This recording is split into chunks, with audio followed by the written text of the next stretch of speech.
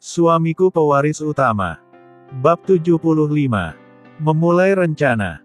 Ayo tunjukkan. Di mana lorong itu? Perintah Leon tegas. Mari tuan, saya tunjukkan jalannya. Ucap Mardika dengan ekspresi sopan. 3 hari kemudian. Leon dan Burgon sudah kembali ke kota Golden City, serta sudah melaporkan peristiwa tewasnya Jadira kepada Hendy. Dan apa yang terjadi, semua juga telah disampaikan pada Hendy, termasuk takluknya seluruh anak buah Melviano yang masih hidup itu. Mendengar berita tersebut, Hendy menjadi sangat senang sekali, karena dalam penanganan masalah itu, Leon dan yang lainnya, telah bersikap dan bertindak sangat bijaksana sekali. Atas prestasinya itu, Hendy memberikan bonus dan penghargaan kepada 250 pengawal yang ikut dalam penaklukan tersebut, termasuk juga pada Leon dan Burgon. Seperti yang diceritakan sebelumnya, saat Leon berhasil mengalahkan Bram sahabatnya itu, seluruh anak buahnya menyerah, dan menyatakan takluk serta tunduk, dan bersedia menjadi bagian dari Birawa Group. Setelah mengatur bekas anak buah Bram, termasuk penanganan jasad Jadira dan Melviano, serta puluhan anak buahnya itu, Leon dan Burgon, serta beberapa orang-orangnya, memasuki lorong panjang melalui pintu rahasia, yang terdapat di balik lemari besar yang ada di rumah itu. Luar biasa kerja kalian, dan tidak terpikirkan sebelumnya, kalau kalian bisa membuat lorong sepanjang ini. Ucap Leon merasa kagum, saat sudah memasuki lorong tersebut. Ini biasa saja, bos. Masih ada yang lebih luar biasa daripada ini semua. Di tengah lorong ada ruangan yang sangat luas, tempat para anggota tinggal. Jawab Dika bangga. Hebat. Aku jadi ingin cepat sampai ke sana. Seru Leon, termasuk juga Burgon memuji hasil karya mereka. Inilah tempatnya, bos. Lapor Dika sekali lagi bangga. Benar-benar sangat luar biasa. Di tempat seperti ini, terdapat mahakarya yang sangat hebat. Kerja kalian patut diacungi jempol. Respon Leon dan Burgon tidak main-main. Terima kasih, bos.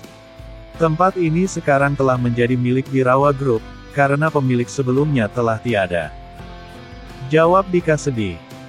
Apakah kau menyesal karena telah berada di bawah perintah kami? Tanya Leon yang sempat melihat semburat kesedihan di wajah Dika tadi. Tidak, bos.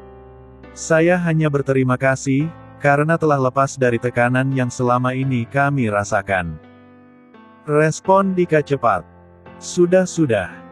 Jangan diceritakan lagi. Aku tahu apa yang kau maksudkan itu. Ayo kita lanjutkan ke tempat lain. Sergah Leon tanggap. Baik, bos. Respon Dika cepat. Hanya membutuhkan waktu sekitar 10 menit, mereka sudah berada di permukaan. Di mana lokasi tersebut digunakan sebagai pabrik berbagai macam kebutuhan hidup manusia, termasuk juga sandang dan pangan. Inilah tempat usaha Tuan Melviano dulu. Dari usaha inilah dia menjadi pengusaha besar, dan menguasai pangsa pasar di kota ini. Selain tempat ini, masih ada belasan usaha, yang dimiliki oleh Tuan Melviano itu, beberapa di antaranya adalah perkebunan dan usaha retail, transportasi serta perbankan, dan yang terakhir adalah usaha perhotelan. Ucap Dika melaporkan apa adanya. Apakah Melviano mempunyai keturunan? Tanya Burgon tiba-tiba. Tidak ada, bos. Kecuali anak tiri dari perempuan yang baru dibawanya sebulan lalu. Itu pun mereka belum resmi menikah, dan rencananya akan dilangsungkan 10 hari lagi. Tapi, ucap Dika ragu-ragu. Tapi kenapa? Desak Burgon ingin tahu. Nona Jadira selalu menghalangi rencana pernikahan itu. Jawab Dika apa adanya. Jadi di mana anak dan perempuan itu sekarang? Apakah mereka bersembunyi di sini? Tanya Burgon penasaran. Mereka sudah melarikan diri 1 jam lalu, dengan membawa surat-surat rumah dan perusahaan palsu, juga membawa buku tabungan juga ATM pribadi milik Tuan Melviano. Jawab Dika berterus terang. Biarkan saja tindakan bodohnya itu. Pihak bank tidak akan melayani orang yang bukan pengguna kartu tersebut kecuali kalau dia mengetahui nomor PIN kartu itu. Respon Leon sambil tersenyum sinis. Ayo kita kembali. Perintah Leon tegas. Setelah berada di permukaan, Leon sebagai ketua tim penaklukan itu, dengan tegasnya berkata, mulai hari ini, rumah serta seluruh aset Melviano, akan dikelola oleh Birawa Group. Hidup kalian, akan dijamin dari hasil usaha perusahaan, bekas milik tuan kalian dulu itu. Kalian tetap menempati ruang bawah tanah untuk sementara. Setelah dilaporkan kepada Tuan Besar Hendy, kemungkinan kalian akan dibuatkan tempat tinggal permanen di permukaan. Sedangkan rumah ini, akan ditempati oleh para intelijen, juga pengawal Birawa Group, yang akan dikirim ke sini, 3 atau 4 hari dari sekarang. Sementara Dika, akan mengatur tugas-tugas kalian, dan menentukan di mana posisi kalian nanti akan ditempatkan. Mulai hari ini, kalian bukan lagi gangster bawah tanah, tapi bagian dari Birawa Group, dan bekerja pada Birawa Group juga. Jangan bertindak melawan hukum karena resikonya mati. Sementara pengawal yang akan ditugaskan di sini belum datang, maka aku akan meninggalkan 50 orang-orangku di sini, termasuk 8 intelijenku ini. Jika ada yang perlu dibicarakan nanti, silakan berkonsultasi dengan mereka.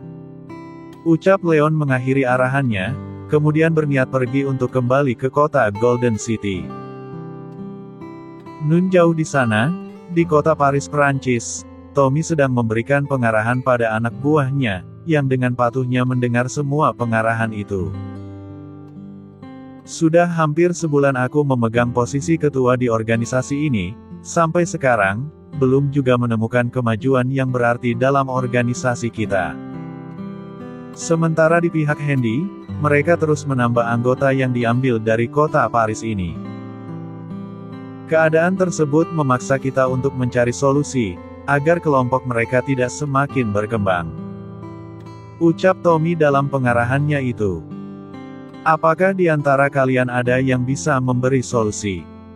Tanya Tommy menguji nyali anak buahnya tersebut.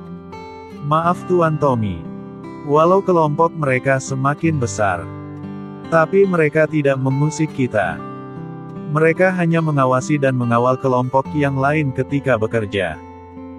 Jadi menurutku, keberadaan mereka tidak membahayakan kelompok kita. Ucap salah seorang anak buahnya memberi masukan. Mereka memang tidak mengganggu kita, tapi keberadaan kelompok itu telah membuat ruang gerak kita jadi terbatas. Aku ingin mereka keluar dari Paris, dan kembali ke negaranya. Reaksi Tommy kurang senang. Kalau itu yang Tuan pikirkan, saya rasa kita belum atau tidak mampu melakukannya, karena jumlah pengawalnya saja hampir mencapai 500 orang, khusus di kota Paris ini saja. Sedang di kota-kota lain, kita belum tahu lagi. Jika mereka digabung, kemungkinan jumlah mereka bisa mencapai 1000 sampai 1200 orang. Jawab John Pierre, komandan pengawal Tommy dengan lancar. Aku jadi semakin tidak tenang dengan adanya mereka, walau tidak mengganggu, tapi aku yakin, mereka sedang mengawasi kita, dan kalau kita bergerak, dalam sekejap saja, kelompok kita akan ditumpas habis oleh mereka. Keadaan ini benar-benar membuat kita jadi serba salah. Sanggah Tommy kesal. Untuk sementara waktu, selagi mereka tidak mengganggu kita, menurutku kita harus bergerak secara diam-diam, untuk merongrong ketenangan hidup dan usaha mereka, tapi menggunakan tangan orang lain.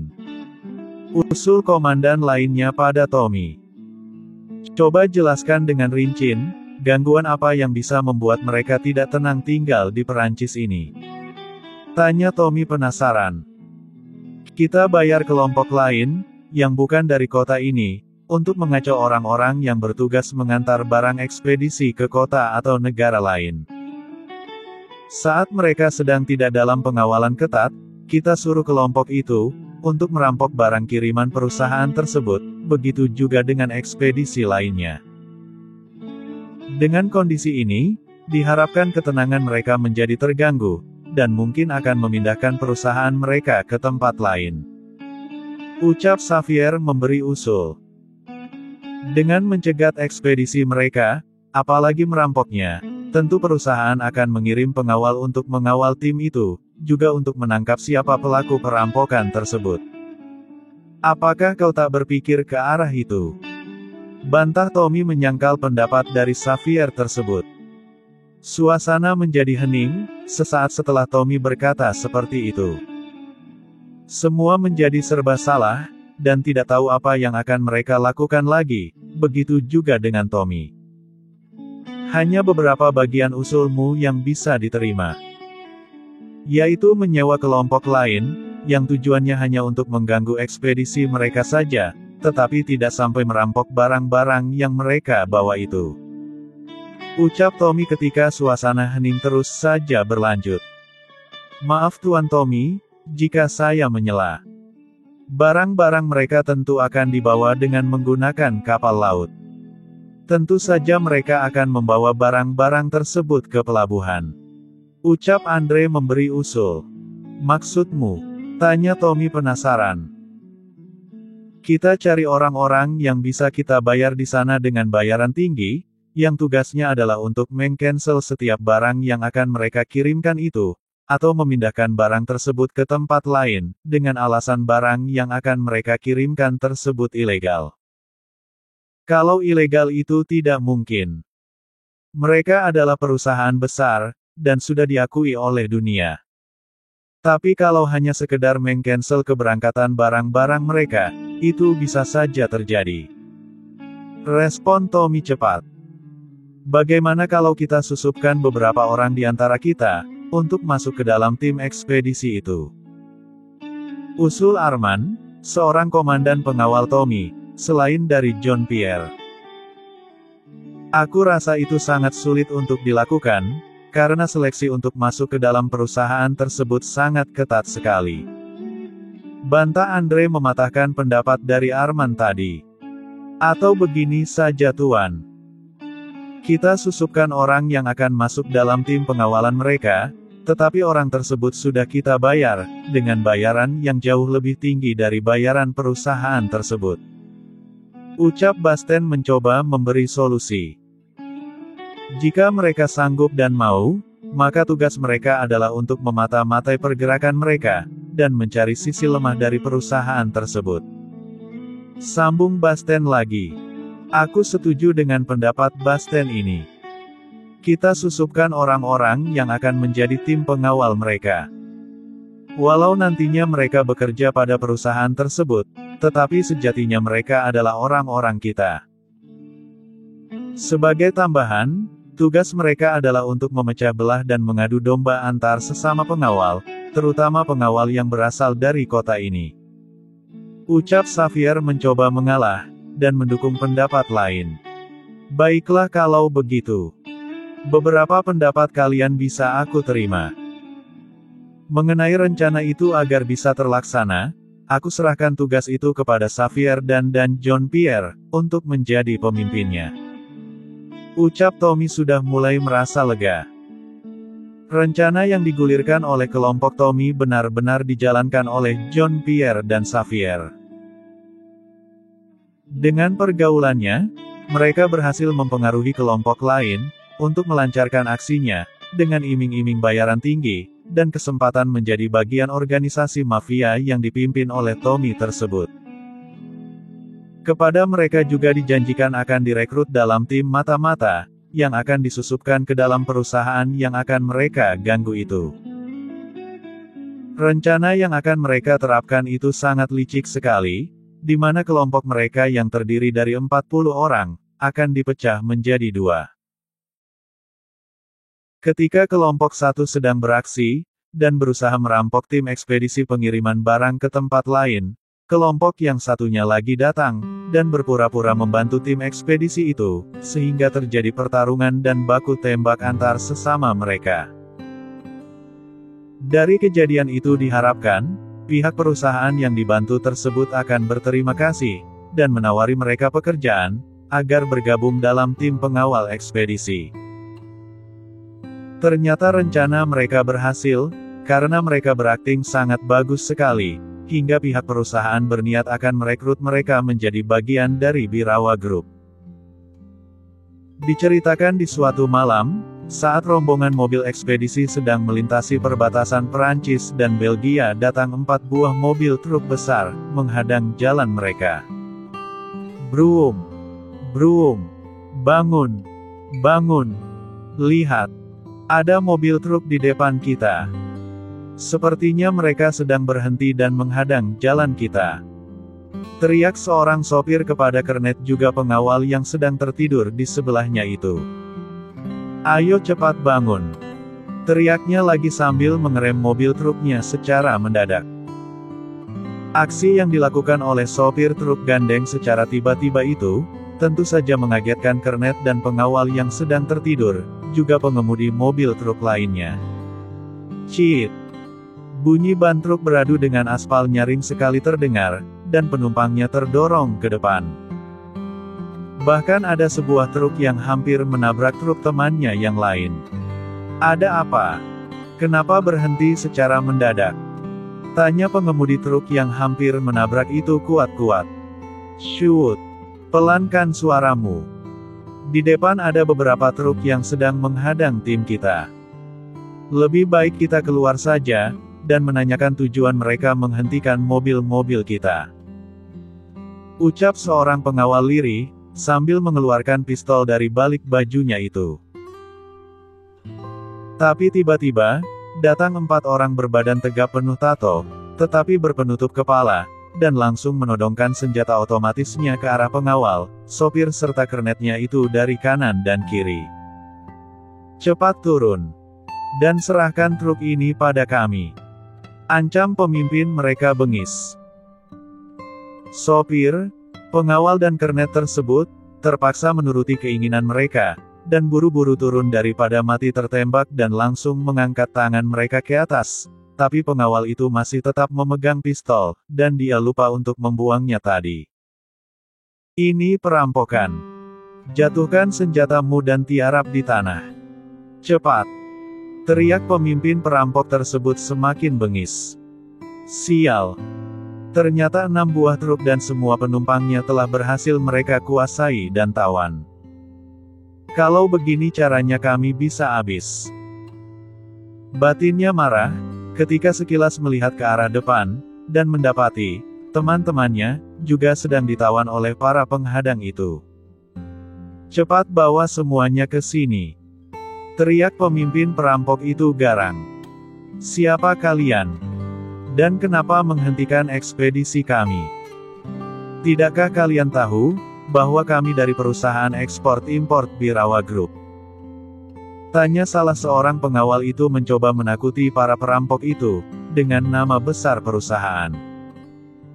"Sudah aku katakan ini perampokan, dan kau tidak perlu tahu siapa kami," jawabnya marah kemudian. Buk, buk. 2 kali tendangan kuat mendarat di tubuh pengawal tersebut, hingga membuat tubuhnya tersungkur ke tanah, kemudian datang lagi tendangan lain, yang jauh lebih kuat, mengarah ke tubuhnya yang sedang tersungkur itu, dan buk. "Aark!" teriaknya kuat. Teman-teman sesama pengawal tidak bisa membantu, karena mereka sedang ditodong dengan senjata api, begitu juga dengan 6 orang sopir dan 6 orang kernet, semuanya sedang berjongkok di tanah, di bawah todongan senjata api laras panjang. "Sialan! Hiat!" teriak pengawal itu marah, sambil cepat berdiri dan menyerang orang yang tadi menendangnya itu, tapi dor! Tubuhnya mendadak berhenti, ketika timah panas mengenai perutnya, dan langsung ambruk ke tanah. "Raymond!" teriak temannya panik dan dor! Timah panas kembali memakan korban. Kali ini dada pengawal itu yang terkena terjangan peluru dengan telak, seketika tubuhnya juga ambruk ke tanah. "Cepat habisi mereka semua!" perintah pemimpin perampok tersebut tegas. Tapi di saat-saat terakhir mereka akan dihabisi, datang belasan truk bermuatan puluhan orang, dan langsung turun dari truknya, kemudian sambil berlarian, menodongkan senjata otomatisnya ke arah depan. Dari jarak jauh mereka menembakkan senjatanya ke arah perampok itu secara acak, tetapi tak satu pun peluru-pelurunya mengenai para perampok itu, apalagi tim ekspedisi tersebut. Mendapat serangan yang mendadak dari puluhan orang yang tiba-tiba datang itu. Ketua perampok tersebut, tanpa memperdulikan anak buahnya yang lain, kabur dari tempat itu, sambil menembakkan senjata otomatisnya ke arah pendatang tadi, tapi tak satu pun pelurunya mengenai penyerangnya itu. Tindakan pengecutnya tersebut, tentu saja diikuti oleh beberapa anak buahnya yang lain. Sambil mundur, mereka melepaskan kan tembakan ke arah penyerang itu secara membabi buta, dan bergegas masuk ke dalam truknya masing-masing, kemudian dengan tergesa-gesa, melarikan diri dari tempat kejadian. Tapi sebelum mereka sempat melarikan diri, beberapa truk yang mereka bawa itu, berhasil ditembak bannya, hingga pengemudi dan penumpangnya, harus pindah ke truk lain, lalu melarikan diri ke arah barat. Orang-orang yang baru datang tadi, tidak sempat untuk mengejar perampok itu, karena mobil-mobil mereka terparkir jauh dari tempat penodongan itu. Cuma bunyi tembakan masih terdengar dari beberapa orang di antara mereka. Salah seorang dari penyerang itu, yang diperkirakan sebagai pemimpin, bergegas mendatangi kelompok ekspedisi tersebut, kemudian bertanya dengan sopan. "Kalian tidak apa-apa?" Tanya pemimpin itu terlihat khawatir. "2 orang di antara kami tertembak, kemungkinan mereka sudah mati," jawab seorang pengawal sedikit ragu-ragu, kemudian mendekati tubuh temannya itu dan memeriksanya secara saksama. Pemimpin penyelamat tersebut, juga bergegas mendatangi seorang pengawal, yang saat ini sedang tergeletak di tanah. Kemudian memeriksa kondisinya, tapi tiba-tiba dia tersenyum, lalu berkata, "Mereka belum mati, karena ada baju anti peluru yang mereka kenakan. Jadi kemungkinan mereka masih bisa diselamatkan," ucap Edmund senang. "Siapa kalian, dan bagaimana kalian bisa dirampok, lalu siapa mereka?" tanya Edmund keheranan. "Kami tim ekspedisi Birawa Group, cabang Paris, dan mengenai mereka kami tidak tahu," jawab seorang pengawal tanpa ragu-ragu lagi. "Aneh. Ini wilayah kekuasaan kami, dan belum pernah ada yang berani merampok di wilayahku," ucapnya lirih, tapi bisa didengar oleh pengawal tersebut. "Uuk, uuk." Tiba-tiba terdengar suatu batuk dari 2 orang pengawal itu. Perut dan dada keduanya terasa nyeri, karena sempat diterjang peluru tadi. Seluruh tim yang ikut dalam perjalanan itu merasa senang, karena rekan mereka masih hidup, kemungkinan masih bisa melanjutkan perjalanan keesokan harinya.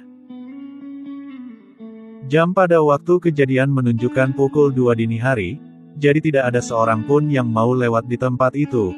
Apalagi tempat tersebut dikenal sebagai tempat rawan, dan jauh dari pemukiman penduduk.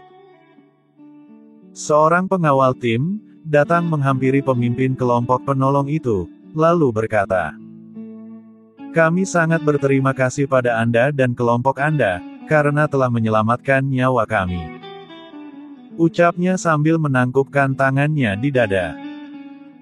"Jangan berterima kasih pada kami, karena secara kebetulan kami sedang lewat di sini, dan melihat sepertinya sedang terjadi sesuatu di arah depan, dan ternyata perkiraan kami benar," jawab Edmund merendah. "Tapi walau bagaimanapun, kami tetap harus berterima kasih pada kalian." Sanggah pengawal itu cukup sopan. "Kemana tujuan kalian?" tanya Edmund dengan sikap ramah. "Oh, kami sedang menuju ke Belgia, untuk mengantar barang-barang pesanan ini ke sana," jawab seorang sopir dengan bersikap ramah juga. "Kebetulan kami juga sedang menuju ke sana. Apakah kalian mau kami kawal, agar tim kalian tidak diganggu lagi?" tanya Edmund mencoba menarik perhatian tim itu. Kalau tidak merepotkan. Jawab sopir itu tidak enak hati, kemudian memandang ke arah teman-temannya yang lain, untuk meminta persetujuan. Serempak mereka mengangguk tanda setuju, lagi pula pengalaman tadi, telah membuat mereka menjadi trauma. Dengan adanya kelompok penolong itu, kemungkinan perjalanan mereka akan lancar, dan sampai di tempat tujuan dengan selamat. Terima kasih atas kebaikan Anda, karena mau menemani kami. Ucap seorang pengawal menengahi kekeraguan mereka. Tidak masalah. Asal kalian aman dan selamat. Maka kami juga senang. Jawabnya cepat. Apakah perjalanan ini bisa kita lanjutkan? Tanya Edmund ingin tahu. Kemungkinan bisa, karena kedua rekan kami itu, sudah bisa berdiri, jadi kita bisa melanjutkan perjalanan. Jawabnya cepat. Oh ya, kenalkan. Saya Edmund, pemimpin kelompok ini, sekaligus sebagai penguasa dataran ini, sampai ke perbatasan Swedia. Ucapnya memperkenalkan diri. Wah, kalau begitu kami sangat beruntung sekali, karena telah berkenalan dan bertemu dengan kelompok hebat seperti kalian. Jawab pengawal tersebut senang. Oh ya, kalau boleh tahu, siapa nama Anda? Tanya Edmund ramah. Saya Raymond dan ini teman saya Sam. Jawabnya cepat. Oh ya, ini kartu nama saya, ada nomor telepon yang bisa kalian hubungi, jika ada kesulitan di sini. Balas Edmund sambil menyodorkan kartu namanya ke arah Raymond.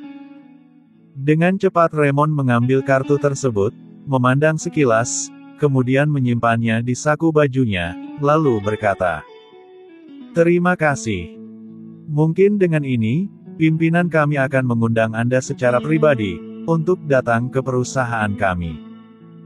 Ucap Raymond dengan sikap ramah. Baiklah, kalau begitu dengan senang hati akan kami sambut niat baik itu. Reaksi Edmund senang, sambil menangkupkan kedua tangan kekarnya di dada. Ayo kita lanjutkan perjalanan. Dan kawal kelompok ini sampai tujuan. Ucap Edmund pada anak buahnya, dan disambut dengan koor setuju dengan ucapan. Siap bos. Jawab mereka serempak kemudian menuju ke mobilnya masing-masing. Di bawah pengawalan ketat, tim ekspedisi Birawa Group, melanjutkan perjalanannya ke arah negara tetangga, Belgia. 1 minggu kemudian, Raymond dan Sam, juga seluruh tim ekspedisi pengantaran barang, sudah kembali dari perjalanan mereka. Pekerjaan pertama yang mereka laporkan pada pimpinan adalah, mengenai adanya usaha perampokan pada tim ekspedisi, juga pada barang yang akan mereka kirimkan ke tujuannya itu, oleh sekelompok orang yang tidak dikenal. Dalam laporan itu juga disebutkan, tentang adanya kelompok lain, yang tiba-tiba datang menolong mereka tanpa diminta. Yang anehnya, kelompok tersebut malah menawarkan diri untuk mengawal mereka sampai tujuan, bahkan bersikap sangat ramah sekali. Mendapat laporan seperti itu, kening Robin menjadi berkerut, kemudian memandang ke arah langit, awan dan bumi, serta Erik juga Anjani, untuk mendapat masukan. Selama karirku menjadi seorang pengawal, baru kali ini menemukan kejadian aneh, di mana dua kelompok datang secara bersamaan dalam tempo yang tidak lama. Aku yakin ini bukan faktor kebetulan, pasti ada sesuatu yang sedang mereka rencanakan pada perusahaan kita. Ucap Robin pada kelima petinggi pengawal Birawa Group yang ada di depannya itu. Erik, panggil Bayu dan tim cyber lainnya ke sini. Perintah Robin tegas. Baik bos. Ucap Erik cepat, kemudian pergi menemui orang-orang yang dimaksud. Tak lama kemudian Erik dan kelima orang yang dipanggil itu datang. Dan langsung memberi salam hormat pada Robin dengan berkata, "Kami siap melaksanakan perintah." Ucap mereka dengan sikap hormat. "Coba kau periksa nomor ini, dan cari informasi pemilik serta temukan lokasinya."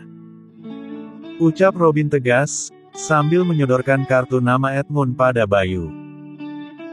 Tak lama kemudian, Bayu sudah memeriksa kartu itu, melalui komputer yang ada di ruangan kantor Robin, dan menemukan informasi siapa pemiliknya, serta lokasi pemiliknya saat ini. Di layar komputer tertulis, bahwa pemiliknya memang benar Edmund, lokasinya berada di Kuartier Latin, tepian Sungai Seine, bagian kiri, selatan Paris, Perancis. Di layar komputer juga tertulis bahwa Edmund adalah mantan narapidana kasus pembunuhan puluhan gangster yang menjadi rivalnya. Saat ini Edmund sedang menjalani hukuman percobaan, dengan bebas bersyarat dari pengadilan, karena terlibat dalam usaha percobaan pembobolan sistem informasi perbankan milik bos perusahaan besar kota Paris, dan masih banyak lagi informasi negatif tentangnya. Di layar komputer juga tertulis beberapa kalimat peringatan dari otoritas setempat. Salah satu peringatan yang tertulis dengan huruf merah pada layar komputer itu, berhati-hati jika berhubungan dengan orang ini. Ternyata begitu. Pantas saja dia bersikap baik pada orang-orang kita, ternyata ada maunya. Ucap Robin geram, sambil mengepalkan kedua telapak tangannya erat-erat. Mau mencoba menipu Birawa, dengan trik murahan seperti itu. Mimpi kau Edmund. Teriak Robin keras. Kalian berlima. Siapkan jebakan pada Edmund dan anak buahnya itu. Cari informasi sebanyak-banyaknya, ketika dia sudah ditangkap. Aku yakin dia bekerja tidak sendiri. Pasti ada orang yang menyuruhnya melakukan itu. Perintah Robin pada 5 anak buahnya tersebut. Kawal tim ekspedisi kita, dan jebak mereka di tempat yang sama. Bawa 150 pengawal tingkat tinggi, untuk menangkap gerombolan tersebut. Jika mereka melawan, habisi saja. Tetapi jika mereka menyerah, bawa semuanya ke sini. Aku ingin menawarkan sesuatu kepada mereka. Perintah Robin tegas. Baik bos. Jawab mereka serempak. 3 hari kemudian. Langit, awan, bumi, Erik serta Anjani, dan 150 pengawal elit lainnya, sudah berada di tempat yang diperkirakan bakal terjadi pengulangan pencegatan tersebut. Kelompok pengawal itu sudah siap dengan posisinya masing. Bersembunyi di balik batu-batu besar, di sekitaran perbukitan itu. Mereka dipersenjatai dengan senjata otomatis, baik laras panjang maupun laras pendek, selain dari senjata belati, katana pedang serta yang lain-lainnya. Seperti biasa, tim ekspedisi membawa barang pesanan ke negara lain. Kali ini tujuannya tetap sama, yaitu Swedia, juga melalui jalan yang pernah mereka lalui beberapa hari yang lalu. Ketika 6 buah mobil truk besar melintasi jalan tersebut, dan memang sengaja diperlambat, tiba-tiba dari arah depan datang 8 buah truk, yang bermuatan puluhan laki-laki dengan senjata lengkap. Mereka segera turun dari kendaraannya, dan menyebar ke setiap truk, yang terpaksa harus berhenti, karena jalannya dihadang oleh kelompok itu. Turun dan angkat tangan kalian. Ini perampokan. Ucap pemimpin mereka garang. Keenam sopir truk, tanpa disertai oleh kernet juga pengawalnya, bergegas turun dari kendaraannya, dan segera mengangkat tangannya ke atas. Mana kelompok kalian yang lain? Tanya pemimpin tersebut keheranan. Kali ini kami tidak disertai oleh kernet dan pengawal, karena Edmund sudah menjamin keselamatan kami dalam tugas ini. Jawab pengemudi truk itu ketus. Siapa Edmund? Apakah yang kau maksudkan itu orang yang pernah menyelamatkan kalian tempo hari?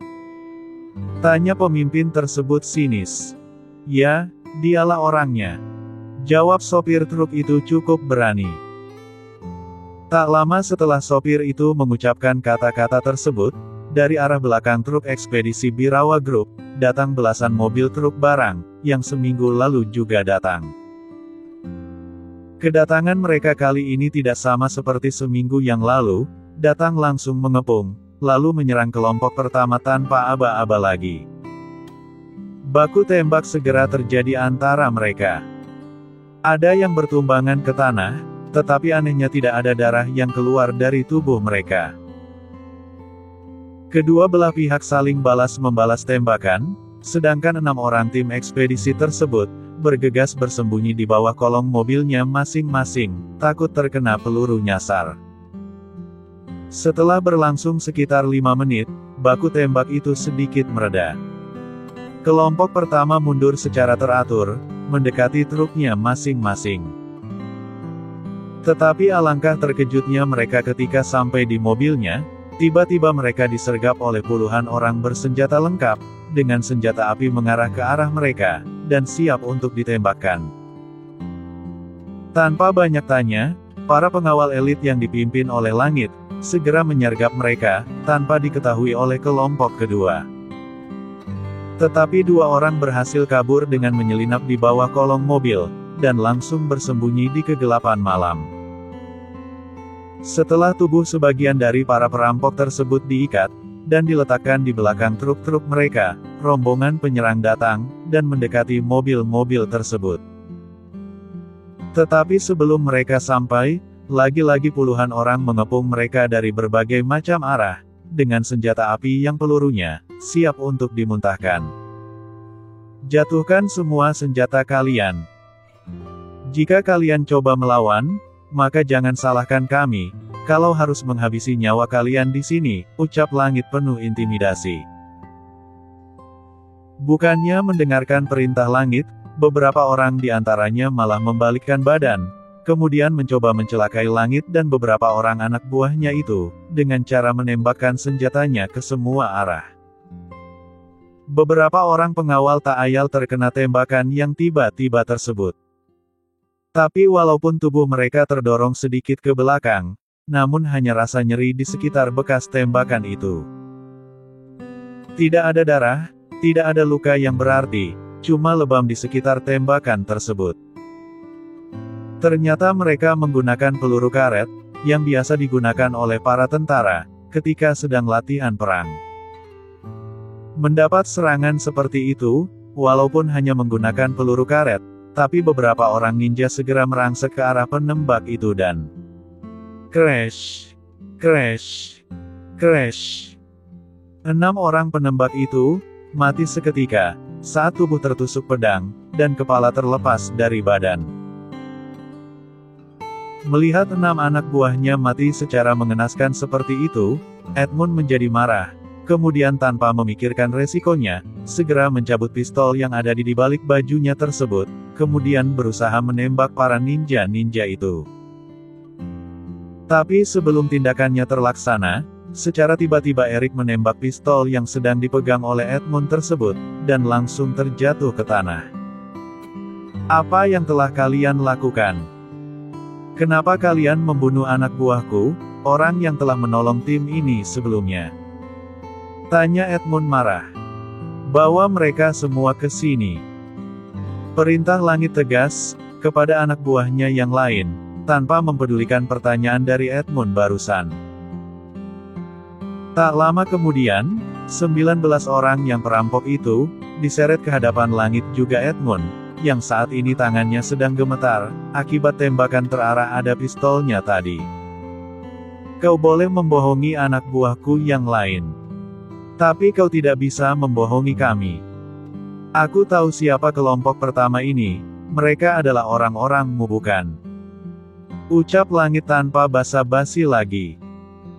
Kalau mereka ini termasuk kelompok kami, tidak mungkin kami akan menembaki mereka secara brutal seperti itu. Bantah Edmund mencoba membela diri. Dor, dor, dor. 3 kali bunyi tembakan menggema sekali lagi di tempat itu. Tubuh Edmund terdorong ke belakang, dan jatuh terjengkang menimpa tubuh anak buahnya yang sudah mati itu. Apakah yang kau maksudkan tembakan seperti itu? Tanya Langit dengan senyum sinis. Kalau benar kalian telah melakukan baku tembak, tidak mungkin kau masih hidup setelah terkena 3 kali tembakan seperti itu. Jadi sekarang katakan, kenapa kalian mencegat tim ekspedisi Birawa Group? Dan apa yang menjadi tujuan kalian? Bukankah kalian tahu, bahwa perusahaan itu adalah salah satu perusahaan asing yang beroperasi di Perancis ini. Tapi kenapa kalian masih berani mengganggu jalannya usaha kami? Ucap langit dengan aura mengintimidasi. Edmond tidak bisa berkata apa-apa lagi, sekarang kedoknya telah terbongkar, karena cara dia beroperasi itu, sangat mudah sekali ditebak, dan seperti permainan anak kecil. Sungguh lucu sekali. Tidak disangka, seorang gangster, mafia dan mantan pembunuh berdarah dingin, ternyata bukan ahli strategi. Hanya dengan mengenali ciri-cirinya saja, Robin si Dewa Kematian, mengetahui siapa mereka sebenarnya.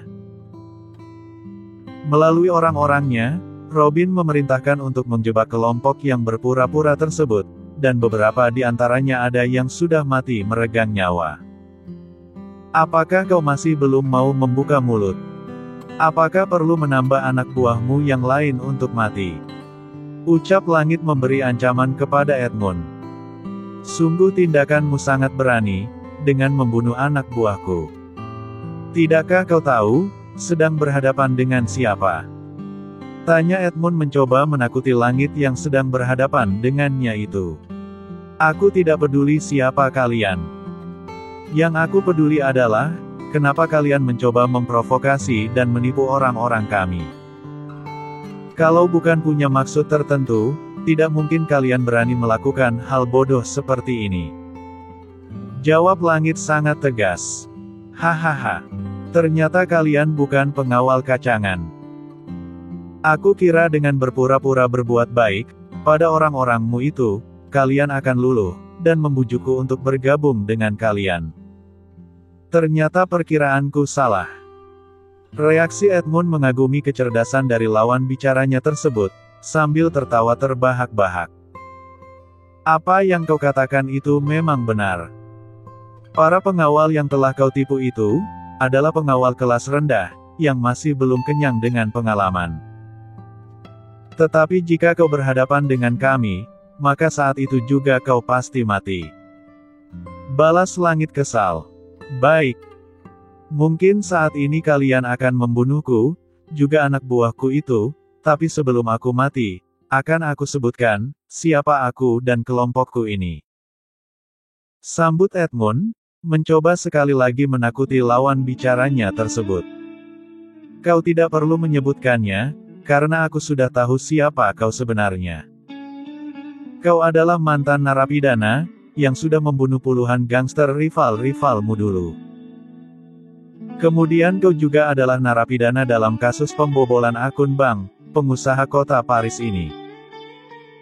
Sekarang kau sedang bebas bersyarat dengan catatan, apabila kau melanggar lagi, maka pihak berwajib akan menarikmu, dan menjebloskanmu kembali ke penjara. Bukankah begitu Edmond? Tanya langit sinis. Dari mana kamu tahu masalah itu? Tanya Edmond penasaran. Hal seperti itu sangat gampang bagi tim cyber kami. Intelijen yang kami sebarkan di kota Paris ini, bukanlah intelijen kacangan. Kau tahu itu? Jawab langit berterus terang. Kau boleh berbangga karena telah mampu mempengaruhi beberapa orang di antara kami. Tapi saat ini kau sedang terkena sial. Oh ya. Aku rasa mungkin kelompokmu di bagian selatan Paris ini, di sebelah sungai Seine itu, sekarang sedang bergerak, dan mencoba untuk membantu kalian. Tetapi sebelum itu terjadi, anak buahku sudah duluan datang ke sana. Siapa sebenarnya kalian ini? Kenapa kalian tahu banyak tentang kami? Tanya Edmond sekali lagi penasaran. Kau sudah tahu siapa kami, tapi kau berpura-pura lupa. Atau memang sengaja melupakan kami? Namun agar kau tidak mati penasaran, aku akan mengatakan yang sebenarnya, tentang siapa kami. Jawab langit sambil mencabut pedang, salah seorang ninja yang ada di sampingnya itu. Kemudian mengarahkannya ke leher Edmond. Bersambung.